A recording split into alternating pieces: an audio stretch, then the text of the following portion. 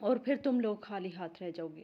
اس کے بعد وہ کرسی کے ہتھے پہ کونی ٹکا کے بولا، ایک ہی راستہ بچا ہے، صلح صفائی کر لو، اپنے بھائی کو ڈھونڈو، اس کے قدموں میں گر جاؤ، اس سے کہو کہ ہمیں معاف کر دے، جو ہوا ہے وہ بھول جائے، کیونکہ اس کے علاوہ تمہارے پاس کوئی راستہ نہیں۔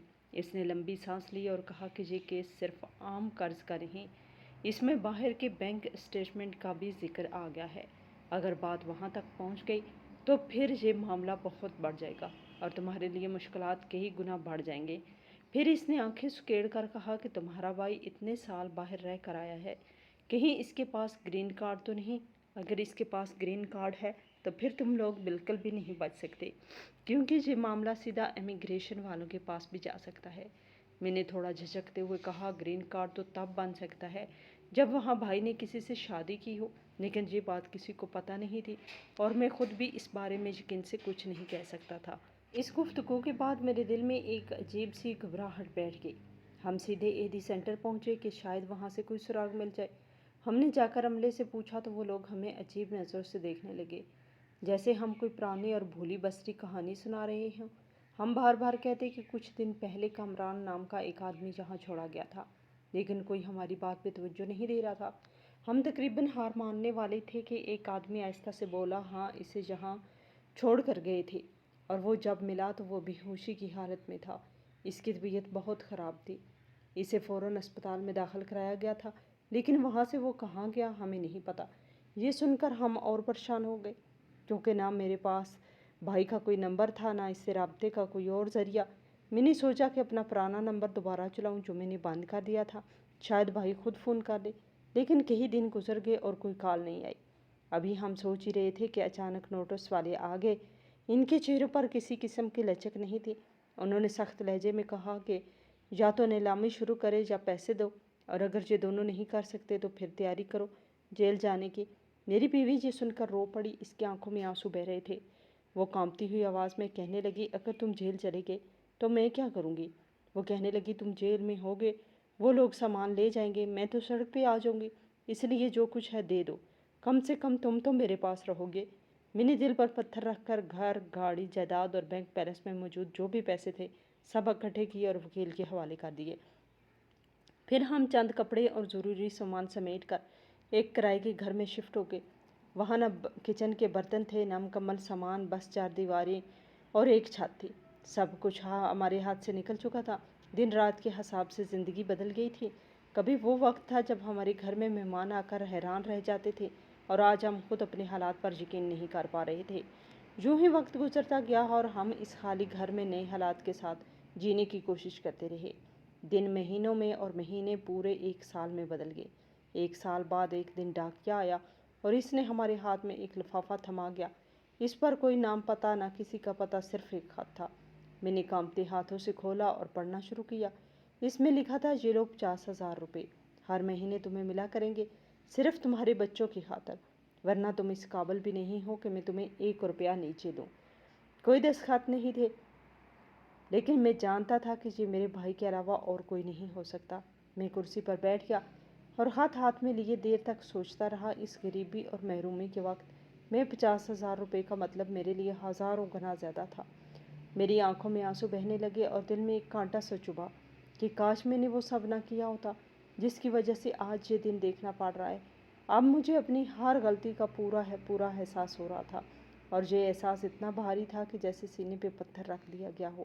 یہ سب منظر اتنا کھلا ہوا اور بھرا ہوا تھا کہ لگتا تھا جیسے ہوا میں بھی بوجھ لٹکا ہو اور ابھی اسی بوجھ تلے دب کر سانس لے رہا ہوں۔ اب ہر مہینے مجھے 50,000 روپے مل جاتے تھے۔ انہی پیسوں سے گھر کا سارا خرچ چلتا تھا، بچوں کی فیس بھر جاتی تھی اور کھانے پینے کے اخراجات پورے ہو جاتے تھے۔ لیکن عجیب یہ بات تھی کہ پہلے میں خود نوکری کرتا تھا اور گھر چلاتا تھا، مگر اب حالات ایسے تھے کہ مجھے کوئی نوکری دینے کو تیار نہیں تھا۔ میں جس دروازے پہ بھی جاتا وہاں سے خالی ہاتھ لوٹ آتا، اور دل میں ایسا محسوس ہوتا جیسے قسمت مجھے تپھڑ مار رہی ہو، ہر جگہ ذلیل اور رسوائی میرا انتظار کر رہی ہو۔ میں کوشش کرتا کسی طرح اپنے لیے کوئی کام ڈھونڈ لوں، لیکن جیسے ہی کوئی میرا ماضی جان لیتا یا میرا چہرہ پہچان لیتا، فوراً پیچھے ہٹ جاتا۔ میرے دل میں ہر وقت ایک بوجھ سا تھا۔ میں نے اپنے بھائی کے ساتھ کیا کیا میں جانتا تھا۔ میں نے ان کے ساتھ بہت برا سلوک کیا اور ان کا دل توڑا ہے۔ شاید اسی لیے انہوں نے مجھے اپنے سامنے آنے کے لائق بھی نہیں سمجھا۔ وہ میرے قریب آ کر مجھے معاف بھی نہیں کر سکتے تھے۔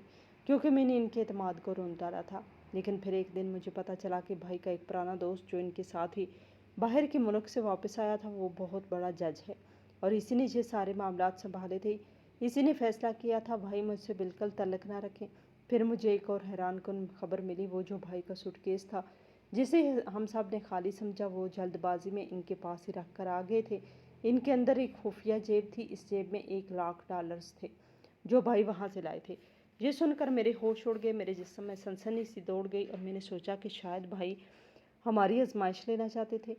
شاید وہ یہ دیکھنا چاہتے تھے کہ ہم ان کی غیر موجودگی میں ان کے ساتھ کیا سلوک کرتے ہیں۔ ہم ان کی عزت کرتے ہیں جو صرف ان کے پیسوں کی محتاج ہیں، مگر ہم نے تو پہلے ہی دن اپنی اوقات دکھا دی تھی۔ ہم نے انہیں برداشت نہیں کیا اور ان کے چہرے پر ناگواری کی ایک جھلک دیکھے بغیر ہی انہیں دھتکار دیا۔ میں سوچتا رہا کہ جب انہوں نے یہ سب دیکھا ہوگا تو ان کے دل پہ کیا بیتی ہوگی، وہ کتنا ٹوٹے ہوں گے۔ شاید ان کو اندازہ ہو گیا ہوگا کہ میں اور میرا گھرانہ کس حد تک بدنیت ہو چکے ہیں۔ میں یہ سوچ کر شرمندگی سے زمین میں گھڑ جاتا ہوں کہ ہم نے نہ صرف ان کا پیار ٹھکرایا بلکہ ان کا اعتماد بھی توڑ دیا، اور وہ سب کچھ ہوتے ہوئے بھی ہمیں معاف کرنے کے لیے تیار نہ ہوئے، لیکن پھر بھی ہمارے بچوں کا خیال رکھتے رہے۔ میں تو بس یہی دعا کرتا ہوں کہ کسی دن بھائی مجھے مل جائیں، میں ان کے سامنے ہاتھ جوڑ کر ان سے معافی مانگ لوں، ان کے قدموں میں بیٹھ کر روؤں اور انہیں بتا دوں کہ میں اپنی غلطی سمجھ چکا ہوں اور میں اپنی حرکتوں پر سخت پچھتا رہا ہوں۔ میں چاہتا ہوں کہ وہ جان لیں کہ میری یہ ندامت سچی ہے، کیونکہ وہ پھر بھی ہر مہینے ہمارے لیے پیسے بھیجتے ہیں۔ وہ کہتے ہیں کہ یہ صرف تمہارے بچوں کی خاطر ہے، ورنہ تمہارے لیے میں $1 بھی نہ بھیجوں۔ یہ الفاظ میرے دل کو چھید دیتے ہیں، کیونکہ میں جانتا ہوں کہ وہ سچ کہہ رہے ہیں۔ میں نے اپنی حرکتوں سے اس قابل ہی نہیں چھوڑا کہ وہ میرے لیے کچھ کرے۔ کیا عجیب بات ہے کہ ایک اچھا انسان اتنا ہونے کے بعد بھی اچھائی کر جاتا ہے، اور ایک برا انسان سب کچھ پا کر بھی برائی کرنے سے باز نہیں آتا۔ میرا دل ہر وقت مجھے ملامت کرتا رہتا ہے۔ میں جب بھی بچوں کو دیکھتا ہوں تو سوچتا ہوں کہ اگر بھائی ان کے لیے یہ قربانی نہ دے رہے ہوتے تو شاید ہم آج بھوکے مر رہے ہوتے۔ یہ سوچ کر آنکھوں میں آنسو بہنے لگتے ہیں۔ میں راتوں کو جاگتا رہتا ہوں، ماضی کے وہ لمحے یاد کرتا ہوں جب بھائی ہمارے لیے سب کچھ چھوڑ کر آئے تھے، ہمارے دکھ درد میں شریک ہوتے تھے، اور ہم نے ان کے ساتھ کیا کیا۔ میں نے کئی بار خط لکھنے کی کوشش کی، مگر الفاظ میرے ہاتھوں سے نکلتے نہیں تھے، یا پھر ایسا لگتا تھا جیسے میرے الفاظ بھائی کے سامنے کوئی قیمت ہی نہ رکھتے ہوں، کیونکہ میں جانتا تھا کہ میں نے جو خط زخم دیے ہیں وہ کسی خط سے نہیں بھر سکتے۔ میں نے کئی بار سوچا کہ ان کے گھر جاؤں، مگر دل میں ایک خوف سا رہتا تھا کہ اگر انہوں نے مجھے دروازے سے لوٹا دیا تو پھر میں کبھی ہمت نہیں کر پاؤں گا۔ $50,000 ہر مہینے مل جانا بظاہر ایک نعمت تھی، مگر میرے لیے یہ ایک یاد دہانی تھی کہ میں نے کس نعمت کو ٹھکرا دیا تھا۔ وہ نوکری نہ ملنا بھی شاید ایک سزا تھی جو قسمت مجھے دے رہی تھی، تاکہ میں ہر روز اپنی غلطیوں کا کفارہ یاد رکھوں۔ میں نے یہ بھی سوچا کہ شاید بھائی کے ان ڈالرز کے ذریعے ہمیں پرکھا تھا اور ہم اس امتحان میں بری طرح ناکام ہو گئے تھے۔ وہ سوٹ کیس اور اس کی خفیہ جیب کا خیال جب بھی آتا ہے میرا دل ڈوب جاتا ہے۔ اب میں ہر روز یہی دعا کرتا ہوں کہ بھائی جہاں بھی ہوں خوش رہیں، صحت مند رہیں، اور میرے بچوں کو میری غلطیوں کی سزا نہ دینی پڑے۔ میں چاہتا ہوں کہ میرا ماضی بدل سکتا تو میں سب کچھ بدل دیتا، لیکن وقت ایک بار گزر جائے تو لوٹ کے نہیں آتا، اور انسان صرف پچھتاوے میں جی سکتا ہے۔ یہی میری کہانی ہے ایک ایسے شخص کی جو سب کچھ پا کر بھی اس کی قدر نہ کر سکا، اور جب سب کچھ کھو دیا تو احساس ہوا کہ بھائی کا پیار دنیا کی سب سے قیمتی دولت تھا جو میں نے خود اپنے ہاتھوں سے گنوا دی۔ اس میں کافی حد تک غلطی میری اور میری بیوی کی بھی تھی، جس نے مجھے اچھی راہ نہیں دکھائی۔ وہ بس یہ سوچتی رہی کہ ہمارے لیے کچھ لے کر نہیں آئے، خالی ہاتھ آ گئے۔ یہ نہ سوچا کہ 20 سال تک بھی تو وہی ہمارا خرچہ اٹھا رہے تھے۔ سب لوگ مجھے تانے دیتے ہیں، بہنیں الگ پریشان ہوتی ہیں اور پریشان کرتی ہیں کہ بھائی کے ساتھ تم نے کتنا برا کیا، بڑا بھائی تو باپ کی جگہ ہوتا ہے، اور میں ان کو چند دن برداشت نہ کر سکا۔ لیکن وہ جو اتنے سال پردیس کاٹ کر آئے عام انسان تو نہیں تھے۔ انہوں نے آتے ہی میری آنکھوں میں دیکھ لیا ہوگا کہ میرا خون تو سفید ہو چکا۔ اپنی کہانی دوسروں تک پہنچانے کا یہی مقصد ہوتا ہے کہ جو غلطی ہم سے ہوئی وہ کوئی اور نہ کرے۔ رشتوں کی حفاظت کریں۔ 4 دن کی زندگی ہے، کب کس نے چلے جانا ہے کسی کو کیا پتہ۔ ایسے میں ہنسی خوشی جو وقت گزر جائے وہی بہترین ہوتا ہے۔ ہماری آج کی یہ کہانی آپ کو کیسی لگی؟ کمنٹ باکس میں اپنی رائے کا اظہار ضرور کریں، اور مزید اس طرح کی سبق آموز کہانیاں سننے کے لیے میرے چینل کو